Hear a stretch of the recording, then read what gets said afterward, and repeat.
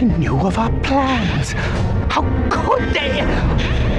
Oh, I feel like such an idiot. If the shoe fits. I'll deal with you later. Well, hello. What are we waiting for? Let's light the bomb. The area's secured, Colonel, but no sign of Plastro or Vicky. Oh, they must have escaped through the portal. Organize a search party. We'll have to go in. Fire in the hole! Sarge! Help! Vicky! Rats. Well, the terrain looks drastically different in the N64 version. Certainly a relief that we don't have 3 tanks driving right at us while we're unarmed or something.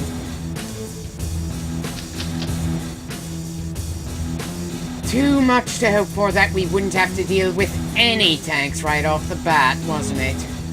And we've got nothing that could possibly hurt it. Just have to avoid it until we find some way to destroy it. Certainly a good number of infantry so far.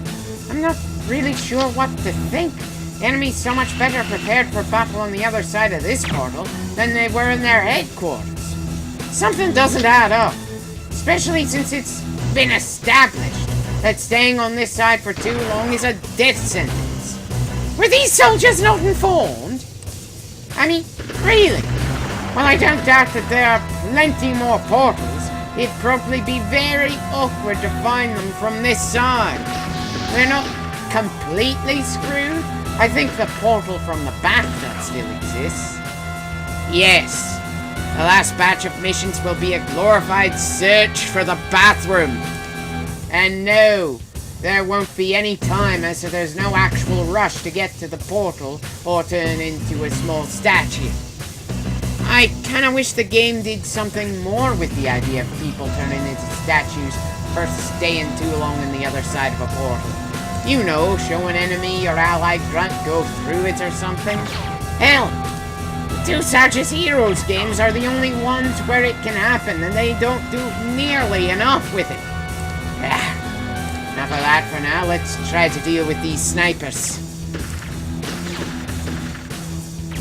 Oh, bullshit. We were definitely behind cover. That shot shouldn't have touched us. Bloody hell, we've got to take out at least one of them before that chopper arrives. God damn it. I think we messed with those guys a bit too long. Run like hell!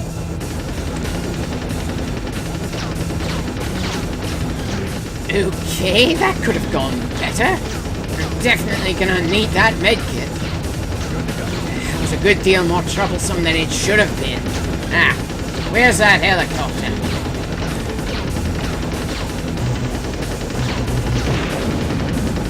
Good thing the bastard didn't think to move so he could actually hit us.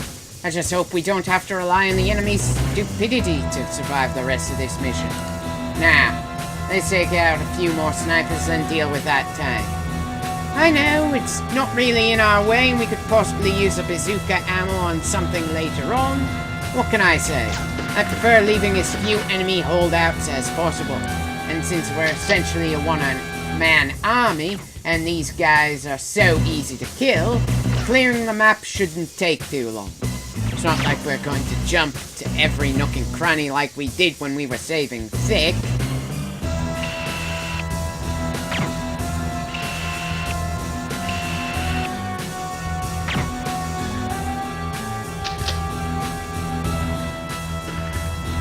Eh?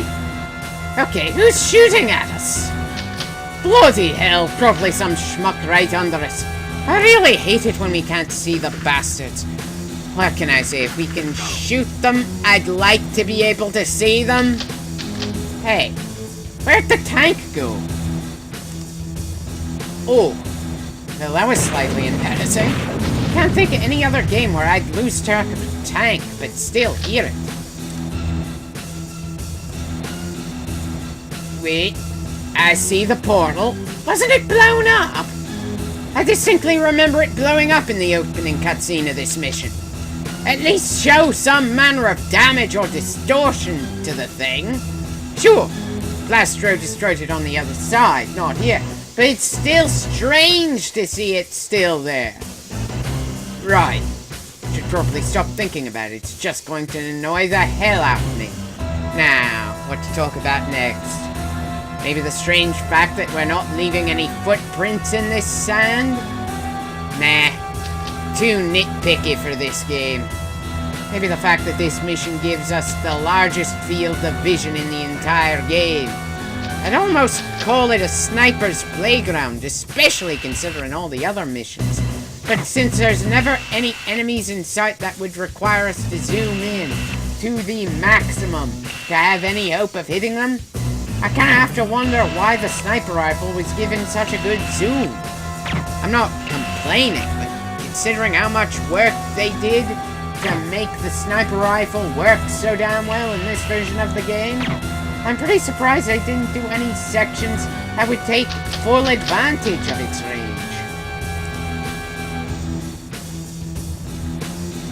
I know there's someone near here patrolling. Why he's still patrolling when everyone else is dead and the tank destroyed, I don't know. And of course, the moment we start trying to shoot him, he finally wakes up.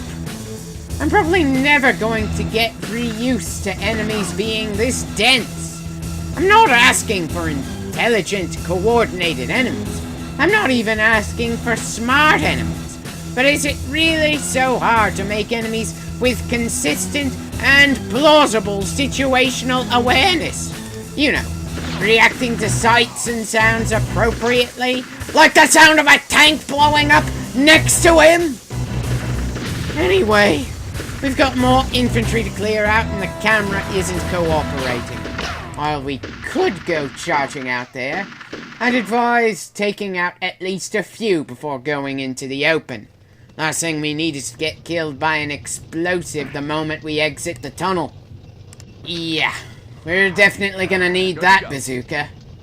Not as sure about the grenade launcher, and very dubious about the shotgun as usual, but may as well grab them as well. After all, considering how late in the game we are, I wouldn't be surprised if we have a few emergencies before the end of this mission. Granted, I can't think of any emergencies that would make me use this game's shotgun. Maybe I'm just not giving the gun nearly enough credit. We have gotten hit by it from some pretty long ranges on occasion, and it certainly does pack a punch. And again, the extra punch would only mean something against bugs. It's not like the game gives the enemy soldiers any meaningful endurance. Okay, better not go into another rant about how untempting it is to use the various bits of the armory in this game. Is that a robot arm? Yes it is. I can't believe I'm saying this, but thank God for annoyingly large hitboxes. Otherwise this thing would be a good deal more annoying to deal with. Frankly, I was expecting another tank. I never noticed the other robots giving off that noise. Maybe we just weren't close enough to hear them. Seems like explosives have definitely become a lot more popular with the tan infantry. And yet they don't leave any sign of impact no matter where they land. Not entirely sure if I'm pleased that whatever this kid lives in this house won't have to explain to his parents any strange signs of battle damage in the backyard or house. And trust me, random bits of sand turned to glass due to multiple explosions in close proximity would probably raise a number of questions. Granted, not as many questions as the garden being set on fire, but that's not my point. My point is that even given the scale we're in, everything we're doing in this sandbox should have an effect on our environment in some way. It's a bloody sandbox with soft, easy to manipulate sand. Maybe I'm just misremembering how good the N64 was. Sure, this game isn't the best the system has to offer by any means, but I really can't tell if it was standard or substandard for the time. It's not like there were a lot of third-person shooters to compare this game to. Hell, this was a gaming generation where 3D was just being introduced, so people were amazed by less, and people could afford to not deal with the little details. Still, it's in my nature to pay attention to the little details, or lack thereof. And no matter how I spin it, this feels way too solid to be sand from a sandbox. Anyway, let's get some more ammo and a medkit before we move on. Good to go. Seems like the only way forward is to start climbing. Hopefully we won't have to face anything too bad once we reach the top.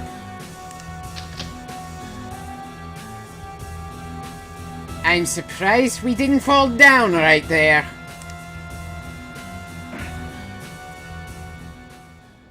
Also surprised we don't see anything particularly menacing up here. Just a tank that can't see us and a few infantry that are too far off to be a threat right now. Huh. How'd I miss that helicopter? Ah well, at least we saw it before it got into shooting range. You know, it'd be kind of funny if taking that helicopter out also destroyed the tank. But we're never gonna get that lucky. Anyway, doesn't look like there's any more threats on the path forward, but I can't just ignore that tank. Here's hoping we won't need these 2 bazooka shots later.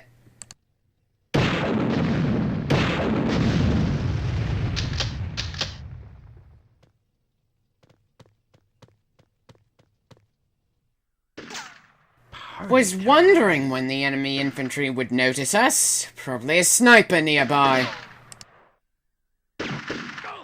Now to deal with the riflemen. What else do you bastards have?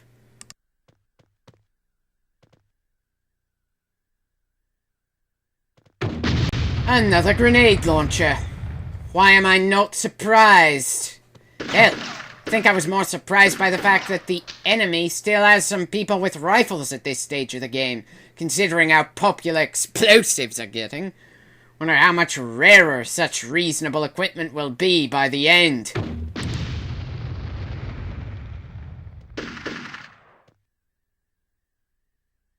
Damn! Need a better angle on the bastard. Okay, one robot down there, possibly a second as well.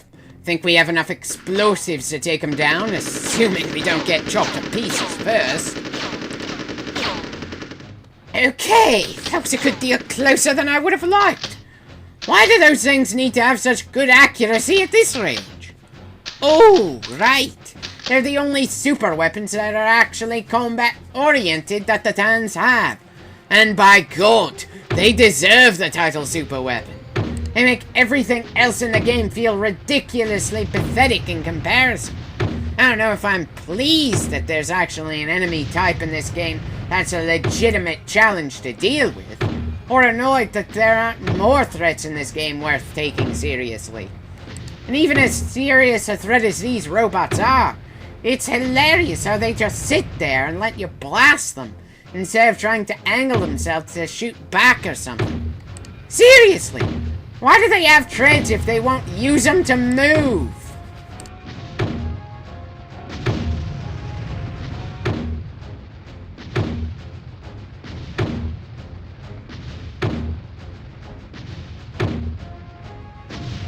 Now that that's done with, here's hoping that there's a medkit nearby, because the last time I checked, there was still a guy with a grenade launcher somewhere around here. Really? There's no one else? Did the guy with the grenade launcher accidentally kill himself or something? Actually, the better question is, why is there bazooka ammo down here? It's not like we could grab them to fight against the robots. We'd be dead long before the robots, if that were the case. And is it just me, or do the blocks that the objective marker is pointing at seem to be defying a few laws of gravity? Maybe it's just the angle we're at.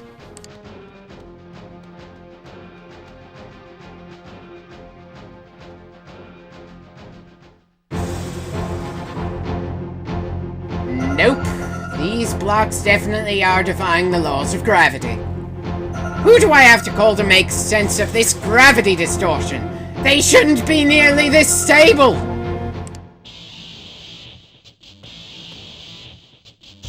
Given everything else we've seen in the game, this actually makes a good deal of sense.